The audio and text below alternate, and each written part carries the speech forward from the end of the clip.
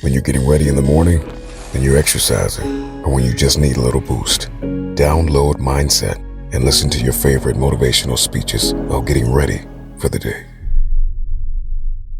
But I always start with self-actualization to just get to understand yourself. You don't know what you need in your life until you figure out who you are. Too many people rush into relationships without really recognizing and being fully aware of what they need from a relationship. So it all comes back to how aware are you, how much understanding do you have of yourself and what you need and what you want. Knowing how to differentiate the voices in your head is the first level of self-awareness. Just starting there and being able to reflect and observe the different voices inside of us is a great place to start your self-awareness. Because the biggest challenge is that most of us don't know what we're listening to. And most of us don't even know that there are more than one voice inside of us.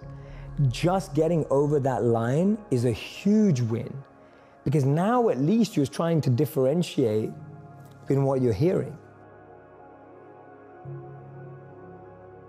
The greatest power is to be self-controlled, to be able to train the mind and energy to focus it exactly where you want it and when you want it to be.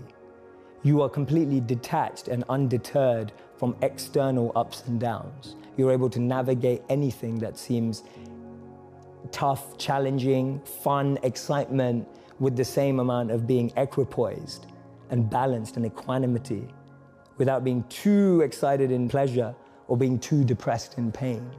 But knowing how to navigate every situation, to me, that's great strength and great power. For me, actually, the mindset is completely trainable to bring into the real world. That's what I'm trying to do. And what it allows you to do is, it allows you to gain clarity and perspective when you need it, because you know when you can just take a bird's eye view from something. You know when you need to get close into something.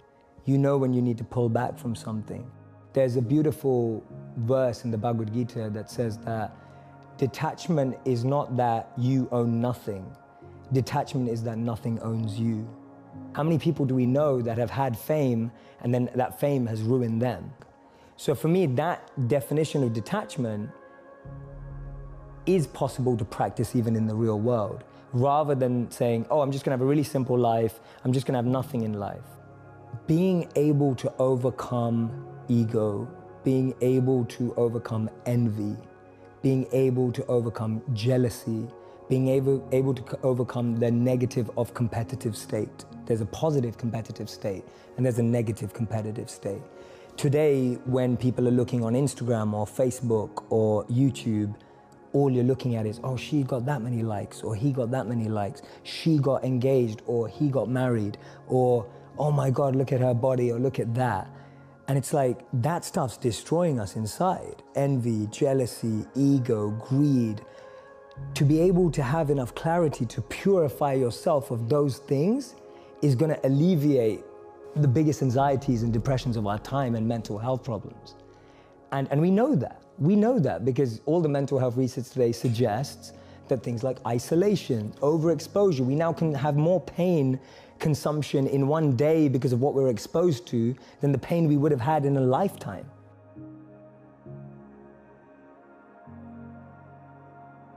Everyone has an element that they thrive in. If you take someone out of their element, they won't be the same. A modern day example would be Michael Jordan. He was incredible at basketball. You took him out of basketball, put him into baseball, no one remembers his career. We're talking about one of the best athletes of all time. Your environment is the environment around you. You can take a fish out of water and give it a beautiful mansion and a Bentley and all the money in the world, but it will die. And that's what we are, like our environment. Everyone needs an environment which they thrive, which we have to craft. Your boss, if you're at work, is never gonna ask you, hey, what environment do you succeed in, right? Like, that never happens. So we have to create an environment where we thrive. Some of us love high energy environments, high pressure. Some of us succeed in low energy environments and low pressure. Figuring out your energy and the frequency on which you operate best will help you thrive as well. To really create a thriving environment, know your element, know your environment, and know your energy. And so at all times, If I see anything going wrong, I'm going, is my element out of alignment? Is my environment out of alignment? Or is my energy out of alignment? And that's a great 3-question test you can do to yourself when you don't think things are going right. And all you have to do is bring that back into alignment. The highest form of empathy, love, and compassion is to meet people where they already are, rather than expecting them to change. Today we're in the gratitude movement. There's like 1 million gratitude journals out there. There's 1 million scientific studies on gratitude, and gratitude has been linked to better mental health, self-awareness, better relationships. I mean, there's so many scientific studies on the neuro level that shows that gratitude is great for your mind, brain, and fulfillment. Now, I look back, like gratitude is all over the timeless wisdom. One of the first things we were trained to do when we were a monk was to pay our respects to the earth for what it gives us. And you do that first thing in the morning. What is that, if not gratitude? When you wake up in the morning, you thank the earth for the food. You thank the earth for the water. You thank the earth for allowing yourself to walk. You start your day with gratitude. Today, the biggest tip on Forbes and Inc. and everything is start your day with gratitude. Like, where does it come from? It's right there. These things are old. So I get fascinated. I'm intrigued by the parallels and patterns because it saves you time.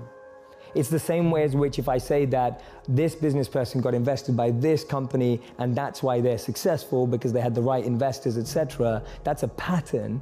So I know if I'm building a business in that area, I'm going to look for investors like that. It's the same thing. That pattern saves you time.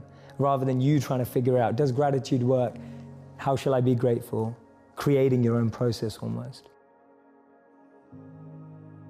The problem is we have a list for the one that we want, and we don't have a list for what we need to become.